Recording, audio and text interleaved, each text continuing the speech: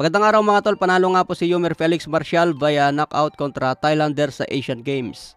Bumato si Marcial ng 1-2, then right hook.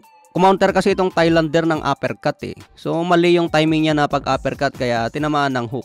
Kaya sa boxing mga tol, kahit lamado ka ng tangkad, kung magkamali ka ng kamada, pwede ka rin matalo kapag nasingitan ka ng solid.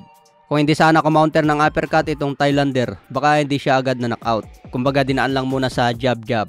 Kaya congratulations kay Yumir Marcial mga tol dahil pasok na po sa semifinals. Sa ibang banda naman, dalawa na lang ang natitirang undisputed champion.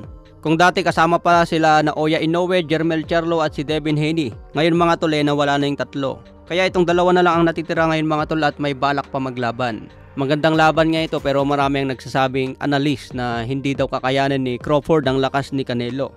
Sabi nga po ni Bob Arum, si Canelo pwede niyang masaktan si Crawford. Pero itong si Crawford, kaya daw ba niyang masaktan si Canelo?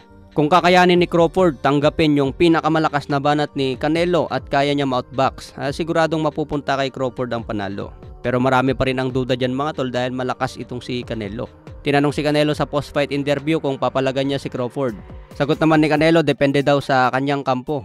Kung ito daw ang magandang laban para sa kanya, pwede niyang labanan pero wala pa daw ito sa radar ni Canelo. Sa ibang banda naman, Floyd Mayweather, kinamayan si Canelo Alvarez matapos manalo. So mukhang sweet naman silang dalawa dito sa picture. Sa ibang banda naman, bata ni Floyd Mayweather na si Cormel Moton, kinumpara ang sarili kay Naoya Inoue. Sinabi kasi ni Shakur Stevenson, kinukumpara niya si Cormel Moton dito kay Naoya Inoue. Sagot naman ni Moton dyan mga tol, Inoue is a solid fighter. He has skill, but I feel like I'll be a lot better fighter than him when it's all said and done. Inoue is a solid fighter. He has skills. He's fast, strong.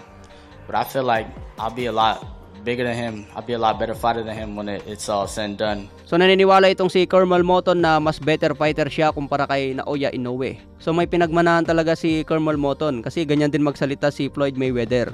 Pupurihin muna ang kalaban tapos sa bandang huli sasabihin niya na mas malupit siya.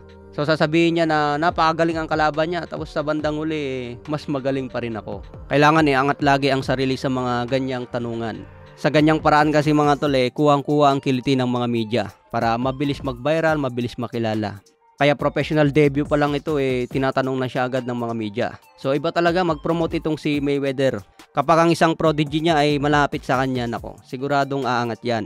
Lalo na kung sunod-sunod ang panalo, lalo kay Tank Davis na still undefeated. Kaya bang natin ito mga tol, si Cormel Moton, no? Bata pa kasi ito, 17 years old ang edad, kaya hindi na magpang-abot kay Naoya Inoue. Lalo na si Mayweather ang humahawak dito, talagang planchado ang karir. Sa ibang banda naman, Mario Barrios matapos pabagsakin na talunin itong si Yordenis Ugas. Gusto daw niya agawin ang WBC belt ni Terence Bud Crawford. Abangan po natin yan, pero ibang klase itong si Terence Bud Crawford kumpara kay Yordenis Ugas.